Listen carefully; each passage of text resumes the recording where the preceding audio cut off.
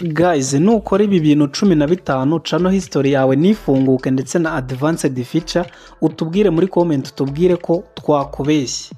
Uyu munsi tugiye kurebera hamwe ibintu 15 bituma channel history yawe idafunguka. Gusa cya 15 kiri buze kugutungura. Tutabatindiye rero, ibi ngibi ni ibintu bireba umuntu wese mu content creators cyangwa se umuntu wese ufite gahunda yo gufungura YouTube channel.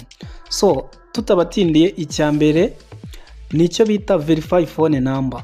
So umuntu ukimara gufungura channel abasabwa gukora icyo bise channel verification. Aho ngaho ukora icyo bise two step verification, ugakoresha phone number yawe kugira ngo channel yawe ive at risk yo kuba yasibwa cyangwa se yaruzingwa ikibwa. Icyo ni ikintu cya mbere. Ubwo icyo usabwa rero nyuma yuko ufunguye channel, usabwa guhita ukora icyo bise phone verification number. Aha ngaho ushiramo nimero yawe ugakora verify, then bakaguha code. Iyo code nibyo bita two step verification. Ikintu cya kabiri, koresha channel yawe kenshi. So hari abantu baheruka ba uploadinga, then mu gihe bamaze ku uploadinga nibasubire kureba channel yabo uko bimeze. Icyo ubusabwa niba tuvuze ngo gukoresha channel yawe kenshi, fata channel yawe. Murabiza abantu benshi baba bafite email nyinshi zitandukanye, ugasanga nka email iriho channel yawe ntabwo ujye uyikoresha. So icyo usabwa rero, niba wenda katuvuga ukora ku bintu, wenda uri umuhanzi cyangwa se ukora ku biganiro runaka, jya ukunda gufata email yawe cyangwa se iyo channel yawe uyikoresha uri kureba ibiganiro by'abandi bantu. Ikintu cya gatatu nicyo bita YouTube algorithm. Aha ngaha nicyo bise community guideline za YouTube. Uba ugomba kubahiriza community guideline za YouTube. Ibyo nabyo bituma channel history yawe ifunguka. Niba uzi ko ifunze, ukaba uzi ko hari amategeko agenga YouTube wagerageje kwica, ihangano yahindure bukiri kare, ubundi channel history yawe ifunguke. Ikintu cya kane nicyo bita location ya channel yawe cyangwa se igihugu channel yawe ibi registeringzemo. Nimvuga igihugu channel yawe registeringzemo, wumve ko ari igihugu cyo channel yawe iba yanditsemo. Hari ibihugu bitemerewe monetization, harimo Rwanda ndetse n'u Burundi. So mu gihe ufunguye channel rero uba ugomba kuyilocatinga cyangwa se kuyiregisteringa mu bihugu byemerewe monetization. Ubwo niba uzi ko channel yawe idafite igihugu cyangwa se utayilocatinze cyangwa se wayilocatinga ukayilocatinga nk'umuntu uri mu Rwanda, aho ngaho channel yawe history yayo ntabwo izafunguka. Ikintu cya gatanu rero nicyo bise underage. Iyi underage rero ni ukuba warafunguye email. Hariho abantu bafungura email ntibabyiteho. Katuvuge email uyifunguye mu mwaka wa 2025, wagera ahantu ho kuzuza igihe wavukiye ugahita wuzuzaho n'ubundi ko wavutse muri 2025, kandi nyamara sibyo.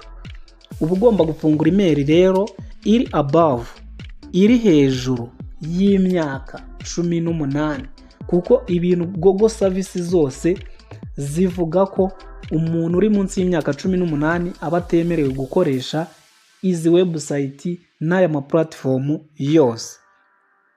Mbere yuko dukomeza ku kintu cya gatandatu rero, ndagira ngo wowe tugeranye aha ngaha ukande subscribe, ukore like kugira ngo YouTube ibone ko iki kiganiro kiri kugufasha igihe n'abandi bagenzi bawe bafite ikibazo nk'iki, then uhita ukora share ku nshuti zawe. Ikintu cya gatandatu nicyo bita incognito cyangwa se private mode. Iyi private mode cyangwa se incognito ni kwa kundi winjira kuri YouTube, then ukajya ukoresha phone yawe cyangwa se computer utaregisterinzemo email. Ubu buryo rero bwo kuyikoresha utaregisterinzemo email, ibi ngibi nabyo bituma niba ufite channel, iyo channel ukajya ukunda gukoresha device irimo iyo channel ariko iri muri private mode, bituma YouTube algorithm ibona ko koko iyo channel ishobora kuba ituzuje ibisabwa, kuko ntabwo uyikoresha nyine ngo igaragare ko iri gukoreshwa cyane. Ikintu cya karindwi ni icyo bita kuba ufite konti ya brand account ariko itarashirwaho buri kimwe cyose gisabwa. Nimvuga brand account wumve ko ari za channel. Ibi brand account bikunda gukoreshwa cyane ku macano aba agiye kugurishwa cyangwa se amacano aba amanagingwa n'abantu barenze umwe. Niba ukeneye ko channel yawe igira aba manager cyangwa se igenzurwa n'abantu barenze umwe, biba byiza iyo uyishize muri ibi byo bita brand account. Nyuma y'uko uyishize muri brand account rero hari ibigenga brand account ugomba kuzuza neza. Ndakeka iki ngiki gikunda kugonga abantu benshi. Reba channel yawe niba ari brand account, then urebe niba koko brand account yujuje ibintu byose bisabwa. Niba utazi uburyo bareba brand account, twandikire muri comment tugufashe. Ikintu cya 8 rero ni ugukoresha device zirenze imwe. Ubwo nimvuga ngo gukoresha device zirenze imwe, wumve ko ari ugukoresha telefone imwe, mukanya ugakoresha indi, mukanya ugakoresha indi, cyangwa se computer ukajya ukoresha mbese ibikoresho bitandukanye kuri channel yawe imwe. Ibyo nabyo ntabwo ari byiza. Biba byiza niba ufite channel uyikoresha iri muri computer imwe cyangwa se ebyiri, byibuze n'izirenga ebyiri. Niba ari na telefone ukaba uzi ko iyo channel urayitunga muri phone zitarenze ebyiri. Ikintu cya 9 rero ni icyo bise gukoresha VPN cyangwa se proxy. Iyo ukoresha rero proxy cyangwa se VPN ariyo bita virtual private network, ibi byereka YouTube ko ibyo ukora bitizewe kandi katari umuntu muzima koko. Ishobora kudetectinga ko iyi VPN kuko ihisha igihugu urimo. Bashobora gutekereza ko uherereye mu gihugu kitemerewe monetization, ariyo mpamvu uba uri gukoresha VPN kuko iyi VPN ntabwo ituma bamenya igihugu uherereyemo. So rero ku muntu ukunda gukoresha VPN cyane, ibi nabyo bituma channel history yawe idafunguka. So iki nacyo ndabizi gikunda kugonga abantu benshi. Niba uzi ko gukoresha VPN kandi uzi ko utunze YouTube channel muri iyo phone ukoreshamo VPN cyangwa se computer, hagarika gukoresha VPN, channel history yawe izafunguka. Ikintu cya 10 rero ni ukuba channel yawe itaramara byibuze ibyumweru 2 cyangwa amezi 2. Ubundi kugira ngo channel history yawe cyangwa se advanced feature ifunguke, nuko channel yawe byibuze igomba kuba imaze amezi 2. Aho ni ku muntu udakora neza, ariko ku muntu ukora neza cyane, channel imaze ibyumweru 2, channel history yawe ihita ifunguka. Ikintu cya 11 nicyo bita kuba udafite profile ndetse na channel description ufite. Niba udafite profile kuri email yawe cyangwa se ya channel ukoresha, ukaba udafite na channel description, ibyo nabyo bituma channel history yawe idafunguka kuko YouTube ntabwo ibiri gusobanukirwa ese uyu muntu ninde, akora ibijyanye n'iki. Ubwo icyo kintu mugomba kucyitaho. Amacana aba adafite profile, ubwo profile ni ifoto ndetse na description igaragaza ibyo channel yawe ikora. Ibyo bituma YouTube idafungura channel history yawe na advanced feature. 12 rero ni ukuba udafite recovery email cyangwa se phone number kuri Google account yawe. Niba ufunguye email, iyo email ukayikoraho channel, iyo email ugomba kuyikorera indi email ya kabiri ariyo bita recovery email, ukabihuza ikaba recovery email yayo. Cyangwa se waba udashizeho iyo email ya kabiri ugashiraho phone number nka recovery email, ibyo bituma YouTube ifungura advanced feature yawe. 13 ni ukutagenzura email yawe neza. Nimvuga kutagenzura email yawe neza, wumve ko niba abantu usanga ya uploadinze ikintu kiri copyright, then nyuma yo kucyaploadinga narebye kuri email, kuko YouTube iteguha email kuri phone yawe, nyine kuri email yawe, then bamara kuguha iyo email ugasanga ikubwira ko ikintu uploadinze ari copyright, gishobora kuba kiri blocked muri some countries cyangwa se territories. Rero ku muntu udagenzura message abona kuri email iyo yakoresheje afungura channel, ntabwo abasha kumenya niba afite ama copyright strike cyangwa se copyright claim.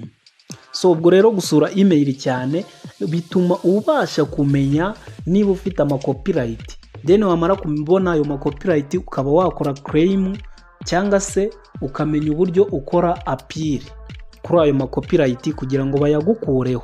Ibyo ngibyo rero iyo utagenzuye email yawe bituma baguha ayo copyright ntubimenye, kandi channel history ntabwo yafunguka hakiriho copyright. Ikintu cya 14 rero nicyo bita kuba utarakoze channel customization. Nimvuga channel customization wumve ko ari kwa kundi utegura channel yawe nukora playlist. Niba wa uploading ibiganiro cyangwa se ibintu runaka, biba byiza iyo ukoze channel customization. Nimvuga channel customization wumve ko ari uburyo bwo gukora playlist. Playlist nta kantu ukora cyangwa se ikintu ukora kugira ngo ujye ushiramo ibintu runaka bifitanye isano. Ubwo rero channel customization cyangwa se playlist murumva ko nayo ifite umumaro. Dusigaje ikintu cya 15 ari nacyo cya nyuma kiragutangaza koko. Niba iyi video igufashije mfasha ukande subscribe, like, share ndetse na comment. 15 rero 15 nicyo bita kuba udatanga engagement ku bandi bantu. Nimvuga engagement, channel idatanga engagement, muribuka ku kintu cya kabiri twari twababwiye ngo gukoresha channel yawe kenshi. Icya 15 cyo kigarutse kivuga ngo kuba udatanga channel engagement ku bandi bantu. Nimvuga engagement wumve ko ni kwa kundi niba ufunguye channel, iyo channel yawe nujye uyikoresha ukora subscribe ku zindi channel. Aho ngaho YouTube ibona ko uri content uploada gusa. Wehe icyo ubukoro bari uploadinga gusa. Ntabwo ujya wita ku cyo bita community. Kandi nimvuga community wumve ko ari kwa kundi ugomba kujya muri comment cyangwa z'abandi bantu ukajya ubasubiza, cyangwa se video z'abandi ugatangaho comment. Iyo ugiye muri video z'abandi utangamo comment rero unakoresha email yawe ureba ibiganiro cyangwa ibindi bintu runaka, nicyo bise gutanga channel engagement. Ukaburigwa engagement abandi bantu. Aho ngaho YouTube ihita ibona ko uri community member utari content uploader gusa. Content uploader ni wa muntu we ufungura channel ye ikaba nta muntu numwe yahaye subscribe. Ibyo bintu bikunda kugaragara ku TikTok cyane, ugasanga umuntu aflowingwa n'abantu ibihumbi ariko we nta muntu numwe aflowinga. Rero hano kuri YouTube ho ntago ibyo bintu bikora. No. Icyo ubusabwa niba uri content creators, wiba content uploader gusa ngo wumve ko uri uploadinga gusa.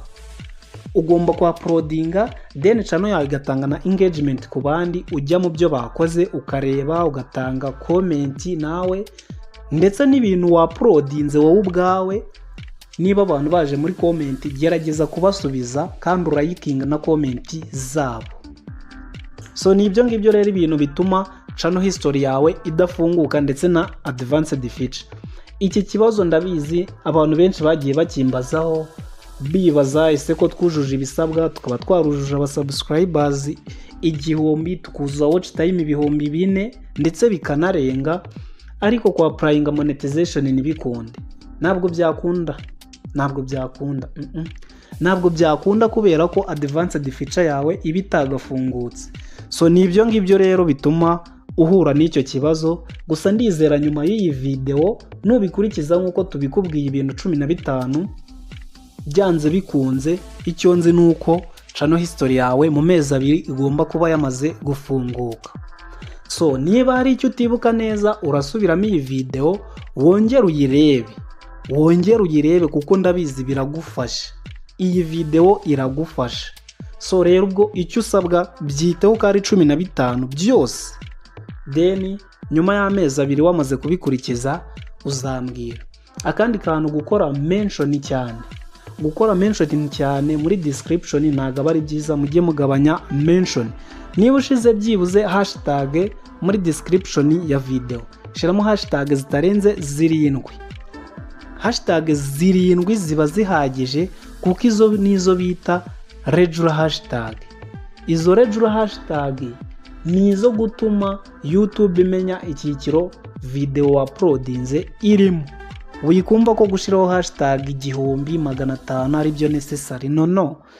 Kandi no ku kintu cyo kujya kwa uploadinga video mujye mwita ku kintu cyo kureba izina.